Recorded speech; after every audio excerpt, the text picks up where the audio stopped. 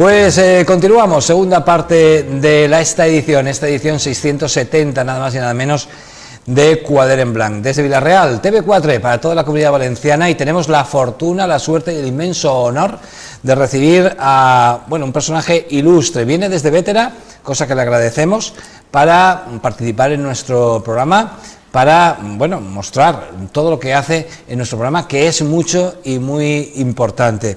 Se trata del experto en educación emocional, entre otras cosas, y terapeuta Jaume Campos, al que le vamos a dar la bienvenida. Jaume, bienvenido a Villarreal, gracias por estar con nosotros hoy aquí en Quadern en Blanc, en TV4. Muchas gracias a ti por haberme traído y poder expresarme. Nos va a hablar de un tema tan importante como es la educación de nuestras emociones, algo en lo que tristemente no se nos forma en los colegios, ni en los institutos, ni en las universidades, y que después, a lo largo de nuestra vida, padecemos tanto, porque somos personas, somos seres humanos, y sea cual sea nuestra condición, tenemos nuestras emociones. Es además autor de un par de libros muy interesantes, que les vamos a mostrar también, y de ellos vamos a hablar, y fundador de un instituto también muy interesante del que les vamos a hablar. Será en los próximos minutos, ráfaga para nuestro invitado, y comenzamos la charla.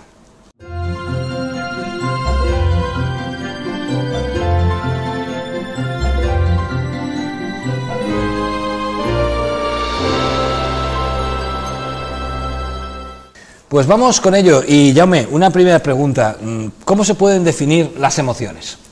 Si es que tienen una definición.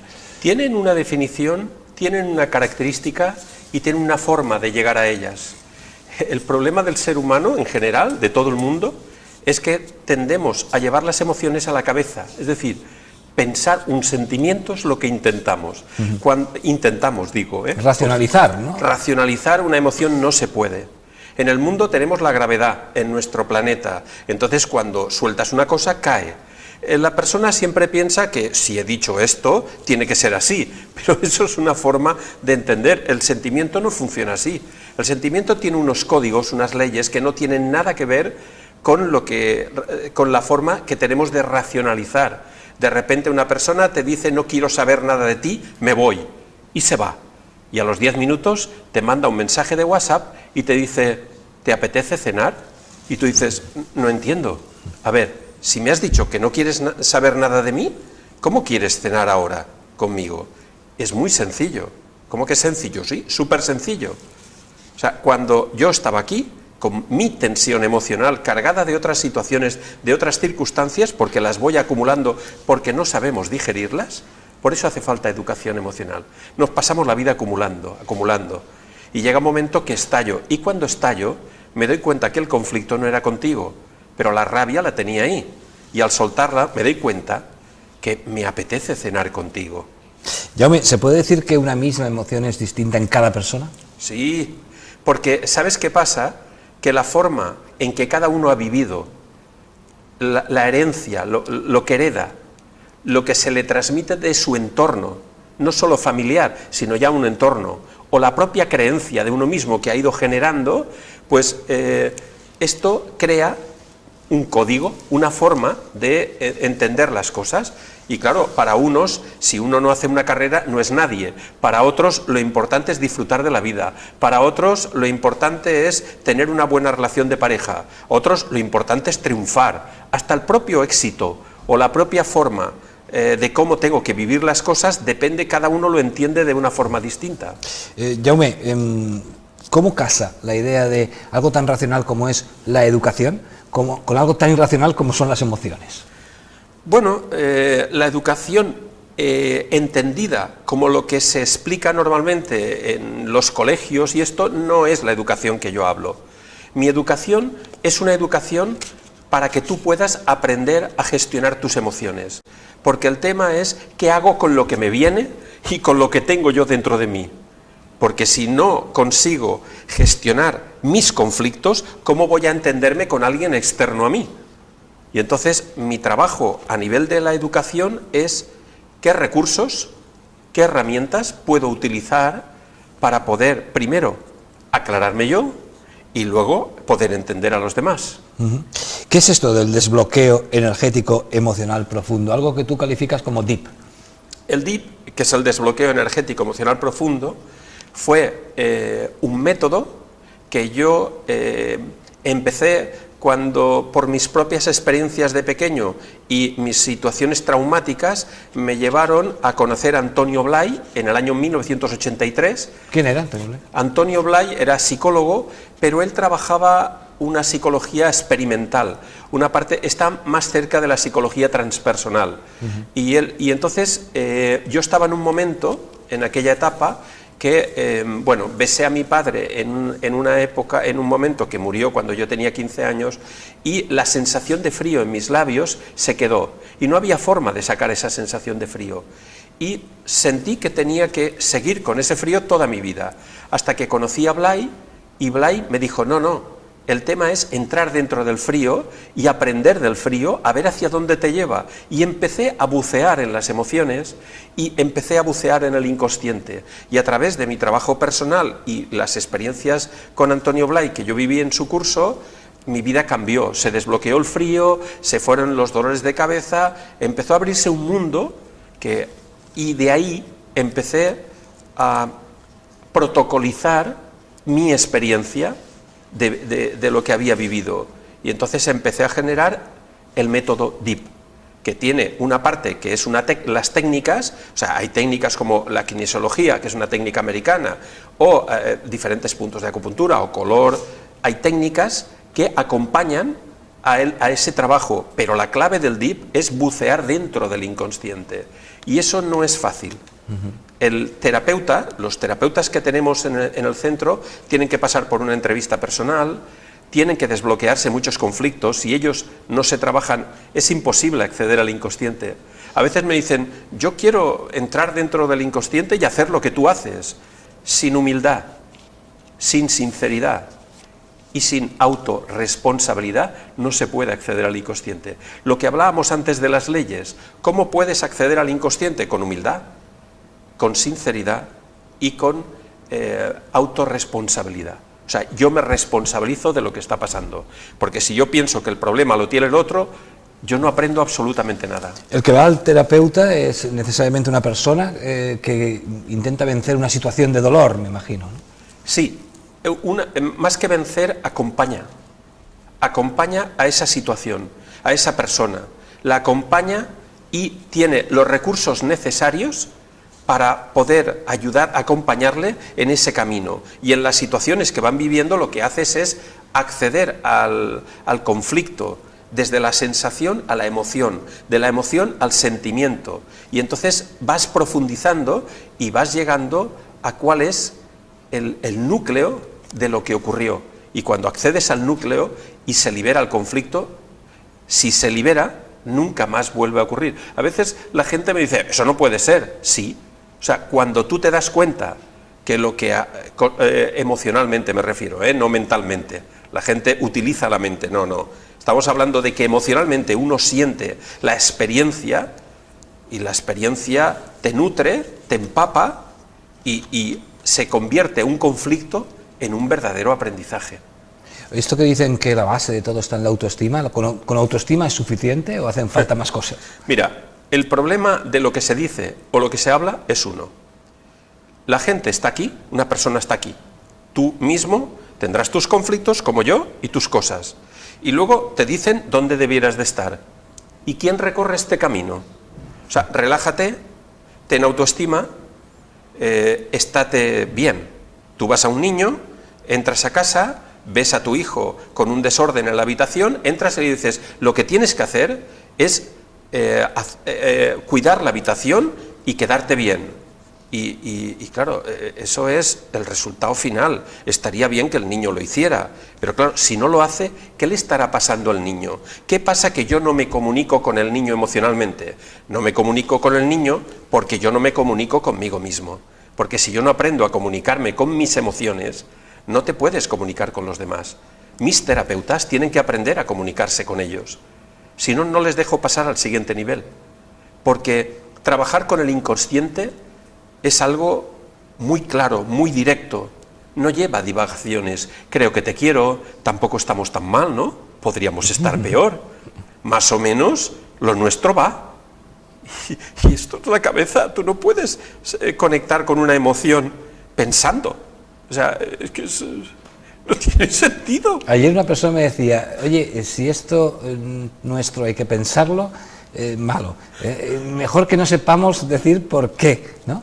Claro, es que no tiene... Cuando hablábamos de una emoción. Sí, claro, yo solo hablo de emociones. O sea, tú entras en la emoción y la emoción te lleva. Sí que es verdad que si tú tienes conflictos muy fuertes, no puedes entrar en la emoción. Porque si has tenido... Y por eso diseñé el DIP. El DIP se diseñó para que los terapeutas, y yo en el centro, en mi centro, acceder a la emoción básica. Si hay situaciones muy fuertes, lo que haces es acceder al conflicto, acompañar para que se libere. Y una vez eso liberado, tú ya puedes gestionar muchas cosas, pero con las piedras gordas en el camino es que no puedes hacer absolutamente nada. Jaume, ¿qué es el biomagnetismo? Bueno, el biomagnetismo el descubridor fue un médico, el doctor Goiz, que yo conocí en el 2004, me fui a Chile a hacer el curso, cuando en España no existía esto, y él se basa en colocar imanes por el cuerpo y se va como chequeando, preguntando al cuerpo, a través del propio cuerpo, qué tipos de pares magnéticos y qué polaridad necesita y en qué partes del cuerpo. Y la verdad es que es muy interesante, porque como el cuerpo también tiene sus cargas magnéticas, la verdad es que ayuda mucho a reequilibrar el sistema. Y para mí es un buen apoyo dentro de lo que es el trabajo como terapeuta. 1987, Jaume, fundas tu centro terapéutico, ¿no? Háblanos un poco de... Sí, en 1987 decido dejarme el trabajo que tenía en la fábrica y en la empresa donde trabajaba, y decido ponerme por mi cuenta. ¿Por qué? Pues básicamente por un hecho muy sencillo. Porque yo ya me había trabajado y había visto los resultados. O sea, mi trabajo es un resultado de experiencia. Yo cuando viene la gente allí les digo, esto es una experiencia. No es que yo he leído algo y lo he aprendido y lo quiero implementar ahí, lo quiero... No, yo lo he vivido en mi experiencia y llega un momento que siento la necesidad interna de poderlo expresar a la gente.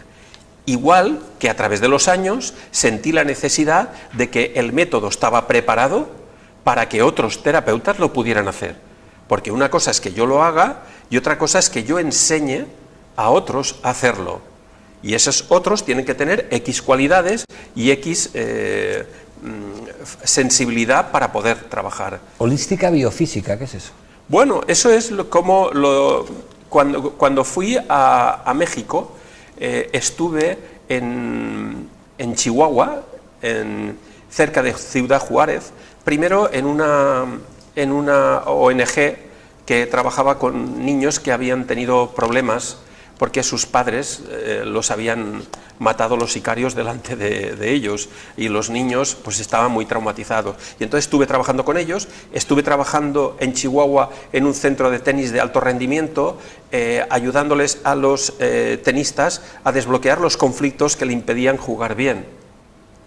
Y, qué cosas más dispares, ¿no? O sea, sí, es que la emoción... El dolor ante la muerte de un padre de una manera trágica y la superación en el deporte, ¿no? Sí, o en las empresas. Recuerdo en Manhattan un hombre que su empresa se quedaba bloqueada y no ganaba, no iba hacia adelante. Y cuando accedimos a la información emocional y salió un bloqueo de los 15 años en los que su padre lo perdió todo, pues se queda la información del inconsciente ahí. Por una parte quieres ganar dinero para que no te pase, pero por otra parte te estás saboteando porque tu niño te está diciendo te va a pasar como tu padre. O sea, claro, es que la emoción, ¿qué no es emocional? O sea, cualquier cosa, yo te doy esto y lleva un componente emocional, la entrega de esto. El libro no, pero la entrega sí. Todo tiene un componente. Ya que lo tienes en las manos, háblame de ese libro. Este libro es una maravilla. Este libro empezó en el primer libro, fue el primer libro que hicimos. Lo que pasa es que era un libro, pues bueno, empezamos a escribir el primer libro, 2 equipajes para un solo viaje, y cuando hicimos Educación Emocional, Gránica, que es la editorial, nos dijo, ¿podrías ampliar el libro que nos ha gustado, el de 2 equipajes? Y entonces lo ampliamos. Hablas del amor y de la ruptura. Buah, para mí me fascina, las relaciones de pareja me fascinan. Lo que ocurre es que no se puede trabajar, tú no puedes tener una relación de pareja, o no se puede tener bien una relación de pareja cuando tú no estás bien, porque al final, cuando uno no está bien, lo que ve delante son sus propios reflejos de sus conflictos. O sea, si uno siente miedo, cuando alguien le dice ¿quieres venir?, el otro dice ¿para qué quieres que vaya? ¿Toda relación de pareja es una relación necesariamente temporal? ¿Tiene un principio y un fin? Fíjate, yo lo veo desde otro punto de vista. No importa el principio o fin, porque eso no tiene la importancia. Yo sé que en el mundo normal, superficial, tiene importancia, pero para mí no. Para mí, porque mi trabajo es que aprendáis siempre de las situaciones. Para mí no es una cuestión del tiempo, sino es una cuestión de qué aprendo. Porque si una relación, aunque esté medio año, o un año, o 15 años, y yo he aprendido y he madurado con esa relación, maravilla. Chapó. Chapó. Que se cierre, que no se cierre, eso es como, depende de las situaciones, pero que sea algo que nos nutra a todos, y que sea algo que el día de mañana te acuerdes de esa persona diciendo, qué bien que pudimos vivir estas experiencias. ¿Cómo se supera una ruptura amorosa? La ruptura amorosa está más en vez de estar tan pendiente del otro, porque la ruptura amorosa, si no se desbloquean los conflictos o los problemas que haya podido haber en la relación, la próxima relación vas a tener el mismo problema. O sea que es mejor dar espacio, aire, tiempo. Lo que es bueno es que una persona se trabaje y que vea qué conflictos tiene, y no estar pendiente de los del otro, sino más qué es lo que me pasa a mí, que la otra persona me genera esta sensación. Tiene que ser más hacia mí mismo y ver qué conflictos me impiden nutrirme de lo que ha ocurrido. ¿Cuáles son los pilares de una buena terapia? Bueno, los pilares, el pilar principal es la propia persona. El terapeuta tiene que ser muy íntegro, tiene que ser impecable, y tiene que, esa parte de la humildad, la sinceridad y la autorresponsabilidad es impresionante, porque tiene que tener mucha neutralidad a la hora de trabajar, y tiene que trabajarse mucho. Si la persona no se trabaja, lo que hace es que cuando está enfrente de las emociones de la otra persona, se entremezclan sus emociones con las otras, y lo único que hacemos es una mahonesa emocional o algo así, o una ensaladilla emocional. Pero en la medida en que la persona consigue trabajarse, se genera una neutralidad que entonces sí que puede acompañar. Esto es en cuanto al propio terapeuta, pero sí que te digo que en cuanto al consultante, a la persona que va, lo que es importante es que quiera salir de la situación, porque muchas veces la persona, consciente o inconscientemente, no quiere salir de la situación. No quiere salir porque tiene miedo a perder estructuras o perder cosas que, en el fin y al cabo, cuando pierdes es cuando puedes ganar. Yo recuerdo una frase, que no sé de quién era, que es: cuando tienes la mano ocupada no puedes coger nada. Entonces, cuando sueltas, pierdes eso, pero puedes coger otra cosa mucho mejor. ¿Con qué bisturí se llega al inconsciente del consultante? Con el mismo bisturí que llegas al tuyo. En la medida que yo les hago las sesiones a mis terapeutas para que ellos experimenten, porque cuando tú estás en el inconsciente tú no tienes la estructura de la mente, pero si has vivido la experiencia de conectar con el inconsciente, te es muy fácil conectar con el inconsciente, y por eso solo la clave del bisturí perfecto es la conexión que uno tiene consigo mismo para poder acceder de su experiencia al otro. ¿Por qué el subtítulo de este libro tuyo, Educación Emocional, es El principio del cambio? Porque es el primer libro que hicimos, y la necesidad de que el mundo tiene que cambiar. Hay diferentes partidos, diferentes cosas, pero al final la base es inamovible, sigue manteniéndose la misma estructura, sea en lo que sea. Hay unos que van a favor, otros que van en contra, pero al final mi trabajo es: ¿y qué estáis aprendiendo? Es que, entonces, ¿qué es bueno? ¿Irse para la derecha o para la izquierda? ¿O qué es bueno? ¿Me quedo o me voy a cenar con las amigas? Me da igual. ¿Cómo que te da igual? Entonces, ¿te da igual que vaya o que no vaya? Sí, porque eso no te va a generar un aprendizaje. El tema es que aprendes de la situación. Si te quedas y aprendes, vale. Si vas y aprendes, vale. Entonces, lo que necesitas son recursos para aprender de las situaciones. Jaume, ¿dónde se te puede encontrar? Los que nos estén viendo y quieran una terapia por algún problema, por algún tema que superar, ¿dónde os pueden encontrar? Bueno, nos pueden encontrar en Vétera, Valencia, pueden entrar en la página web de jaumecampos.com. Después hay cosas que hago gratuitas, como por ejemplo, tengo un programa en una radio argentina. ¿Tienes un programa? Sí, un programa, 4 años ya, prácticamente, sí. Holística FM es una radio de Argentina.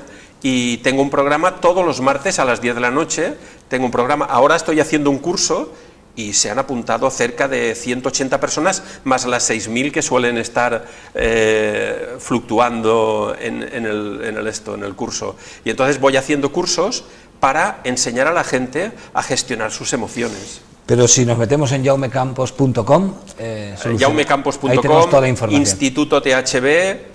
Bueno, lo que no te he dicho antes del instituto, perdóname, es que el nombre del instituto de terapia holística biofísica fue cuando fui a México, pues el presidente del Colegio de Psicólogos me vio por un conflicto que hubo de una mujer que tenía un dolor en la espalda y no se le iba. Y entonces la puse en la camilla, apreté el dolor y empecé a buscar y entonces era un atraco. Le pusieron la pistola detrás y llevaba 4 años ese dolor y como era somático, pues en medicina no se veía claramente. Entonces accedimos al dolor, se desbloqueó, se levantó sin dolor, fue un pequeño milagro de estos que pasan, que no ocurre muchas veces, pero que pasó en ese momento. Y entonces esta mujer conocía al presidente del Colegio de Psicólogos de Chihuahua de México, le llamó y le dijo, este hombre en una sesión me ha conseguido, pero que eso no es normal, yo no hago milagros, no me dedico a eso, me dedico a ayudar o a acompañar. Y entonces este hombre vino y me examinó allí, a ver, ¿qué haces? ¿Y cómo lo haces? ¿Y cómo accedes al inconsciente? Y ahora quiero que accedas al inconsciente de mi mujer. Y cuando me vio el trabajo, me dijo, fascinante. Y se vino aquí a ayudarme a protocolizar el trabajo. Fue fascinante. Me ha sido un honor y un placer conocerte y esperamos contar con tu visita alguna vez más. Muchísimas gracias por haberme traído, porque me encanta poder difundir mi trabajo y espero que mucha gente se pueda sentirse ayudada y a gusto con mi propio trabajo. Un placer. Nos vemos.